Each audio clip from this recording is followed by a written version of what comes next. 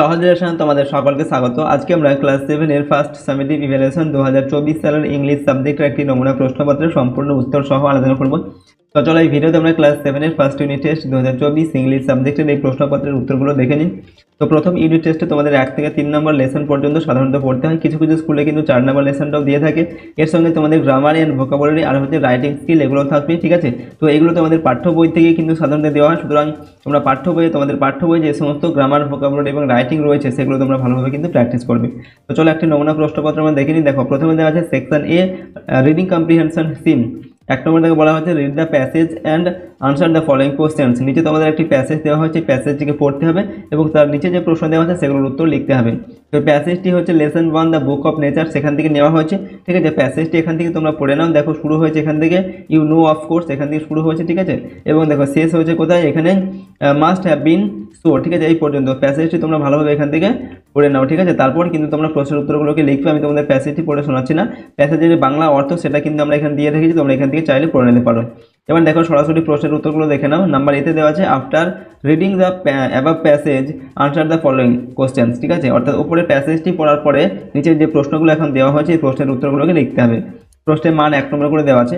Number 1-এ দেওয়া আছে how do we know about the old earth, অর্থাৎ পুরোনো দিনের পৃথিবী সম্পর্কে আমরা কীভাবে জানতে পারি। উত্তর কি লিখবে না, we know about the old earth from the rocks fossils and books. অর্থাৎ পুরোনো দিনের যে পৃথিবী, অর্থাৎ পৃথিবীর যে আগেকার কথা সেগুলো সম্পর্কে আমরা কোথা থেকে জানতে পারি। রক্স মানে পাথর, ফসিলস মানে হচ্ছে জীবাশ্ম এবং বুকস বই, ঠিক আছে। এইগুলো থেকে আমরা পুরোনো দিনের পৃথিবী সম্পর্কে জানতে পারি। এরপর হচ্ছে 2 নম্বরে দেখো why didn't life exist once, অর্থাৎ এক সময় পৃথিবীতে কোনো প্রাণের অস্তিত্ব ছিল না কেন।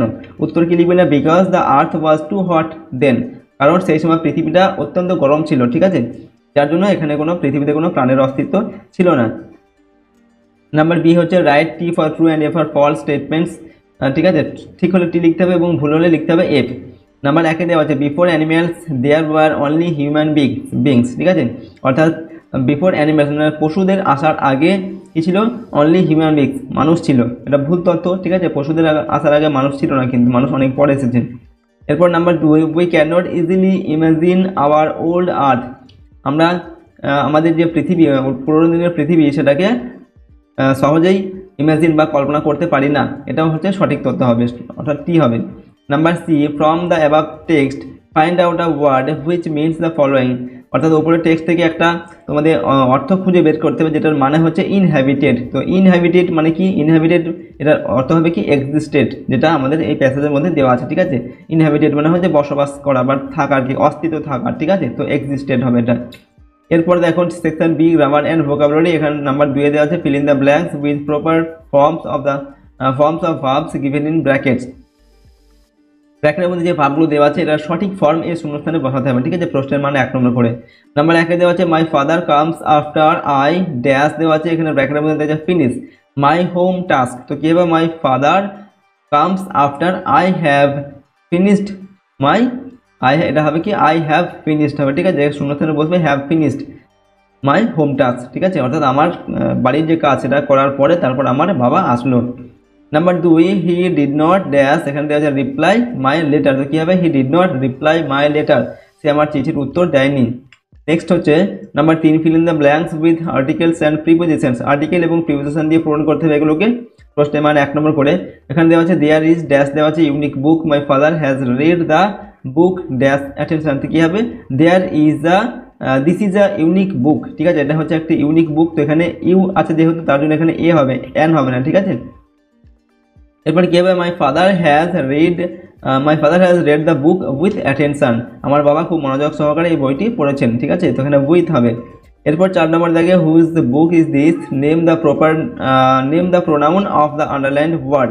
এই যে হুজ, এই যে প্রোনাউনটা, এটা কি ধরনের প্রোনাউন সেটা লিখতে হবে। তো এটা হচ্ছে একটি ইন্টারোগেটিভ প্রোনাউন, ঠিক আছে, জিজ্ঞাসাবোধক একটি প্রোনাউন আর কি। নেক্সট প্রশ্ন দেখো সেকশন সি রাইটিং স্কিল, এখানে কি দেওয়া হচ্ছে 5 নম্বর দেখো write a story using the following outlines give a moral. এখানে এই আউটলাইনগুলোর সাহায্যে একটি গল্প লিখতে হবে এবং গল্পের একটি মোরাল বা নীতি কথা লিখতে হবে, ঠিক আছে। কি দেওয়া আছে দেখো, আ ক্রো মানে একটি কাক, ফাউন্ড মিট এক টুকরো মাংস পেয়েছিল, flew to a tree to release the piece of meat, সে একটা গাছের ডালে গিয়ে বসেছিল সে মাংস টুকরো খাবে বলে। আর ক্লেভার ফক্স স একটা চালাক খ্যাঁকসা সেটা দেখতে পেয়েছিল। Said to the crow to sing, সে কাককে গান গাইতে বলেছিল। মিট ফেল, তারপর কি হয়েছিল, মাংসটা পড়ে গিয়েছিল কাকের ঠোঁট থেকে। ফক্স টু কিট, খ্যাঁকসেলে সেই মাংসটাকে নিয়ে নিল, ঠিক আছে। ক্রো স্যাড, কাক দুঃখী হয়ে গেল, ফ্লিউ এবং উড়ে চলে গেল। এগুলো থেকে আমরা আমাদের গল্পটিকে লিখতে হবে। তোমরা গল্পটার একটা নাম দিচ্ছি, the fox and the crow, অর্থাৎ খ্যাঁকসিয়ালি এবং কাক। ওয়ান ডে, অর্থাৎ একদিন, a crow stole a piece of meat, একদিন কি হলো, একটা কাক কি করেছিল, একটা মাংসের টুকরো চুরি করেছিল, ঠিক আছে। অ্যান্ড ফ্লিউ অ্যাওয়ে, এবং উড়ে চলে গিয়েছিল। উইথ ইট ইন হার বিক, তার ঠোঁটে করে সেটাকে নিয়ে চলে গেল, ঠিক আছে। She sat on a branch of a tree, সে একটা গাছের ডালে গিয়ে বসলো। আর ক্লেভার ফক্স স ইট, একটা চালাক খ্যাঁকসেলে সেটা দেখতে পেলো। হি ওয়াজ রেডি, সে খুব লোভী হয়ে পড়লো। He wanted to have the piece of meat, সে মাংসের টুকরোটাকে পেতে চেয়েছিল, ঠিক আছে। So the fox walked to the foot of the tree, তাই সেই খ্যাঁকসেলাটা কী করলো, সেই গাছের নিচে চলে গেল, যেখানে কাকটা বসেছিল যে গাছের ডালে, সেই গাছের ডালের নিচে চলে গেল। Good morning Miss Crow, loudly said the fox to draw attention of the crow, অর্থাৎ সেই খ্যাঁকসেলাটা কি বললো, সেই কাকে বললো গুড মর্নিং, ঠিক আছে, তার অ্যাটেনশন বা তার মনোযোগটা আকর্ষণ করার জন্য। হি আগেন সেড, সে আবার বললো, how nice you look today, তোমাকে আজকে কতই না সুন্দর লাগছে। How beautiful your bright eyes, তোমার উজ্জ্বল চোখগুলো কতই না সুন্দর। অ্যান্ড গ্লসি ফিদার্স আর, এবং তোমার চকচকে পালকগুলো খুব সুন্দর, ঠিক আছে। নেক্সট কি বলছে দেখো, দ্য ফক্স কন্টিনিউড, খ্যাঁকসেলাটা আরও বললো কি না, ইউ আর সো বিউটিফুল, তুমি খুবই সুন্দর। And your voice must be very sweet, এবং তোমার যে গলার স্বর সেটাও খুব সুন্দরই হবে Miss Crow. Okay, the fox requested the crow to sing a song, সেই খ্যাঁকসেলাটি কী করলো, কাকটাকে একটা গান গাইতে অনুরোধ করলো। The foolish crow was pleased, তো সেই বোকা কাকটা সেই খ্যাঁকসেলের কথায় খুব প্লিজড মানে আনন্দিত হয়ে পড়লো, ঠিক আছে। At the praise of the fox, তো as soon as she opened her beak to sing, তো কাকটা যেই তার গান গাওয়ার জন্য তার ঠোঁটটাকে খুললো, okay, the piece of meat fell down, মাংসের টুকরোটা পড়ে গেল। And the clever fox picked it up, এবং চালাক খ্যাঁকসেলি সেই মাংসের টুকরোটাকে নিয়ে নিল। অ্যান্ড ওয়েন্ট, এবং সেখান থেকে চলে গেল, ঠিক আছে। এটাই ভেবে গল্পটিকে আমরা লিখলাম, এবং গল্পটার মরাল বা নীতি কথা আমরা লিখছি কি না, আ ফ্ল্যাটারার মাস্ট নট বি ট্রাস্টেড, অর্থাৎ একজন তোষামোদকারীকে কখনোই বিশ্বাস করা উচিত নয়, ঠিক আছে। তো দেখো এই ছিল তোমাদের ক্লাস 7 ইংলিশ সাবজেক্টের ফার্স্ট ইউনিট টেস্ট 2024 সালের একটি মডেল কোশ্চেন পেপার। প্রশ্নপত্রের প্রশ্নগুলো অবশ্যই তোমরা ভালোভাবে প্র্যাকটিস করবে, এবং এই রাইটিংটা অবশ্যই তোমরা ভালোভাবে মুখস্থ করে নেবে, ঠিক আছে। এবং যে প্যাসেজটা এখানে দেওয়া হয়েছে প্যাসেজটাও কিন্তু তোমরা ভালোভাবে পড়বে। আর এই চ্যানেল নতুন হয়ে থাকলে অবশ্যই চ্যানেলটিকে সাবস্ক্রাইব করে রাখবে, এবং বেল আইকনে প্রেস করে অল অপশানটিকে সিলেক্ট করবে। ভিডিওটিতে একটি লাইক করবে, ভিডিওটি বন্ধু বান্ধবের সঙ্গে শেয়ার করবে, এবং কমেন্ট বক্সে অবশ্যই নিজেদের মতামত লিখে জানাবে। আর এর পিডিএফ ফাইল পেতে চাইলে সহজ লেসন অ্যাপটি ইনস্টল করবে, সেখানে কিন্তু পিডিএফগুলো দেওয়া থাকবে ভিডিওর পাশে। আজকের এই ভিডিওটিকে আমরা এখানে শেষ করছি। সম্পূর্ণ ভিডিওটি দেখার জন্য অসংখ্য ধন্যবাদ।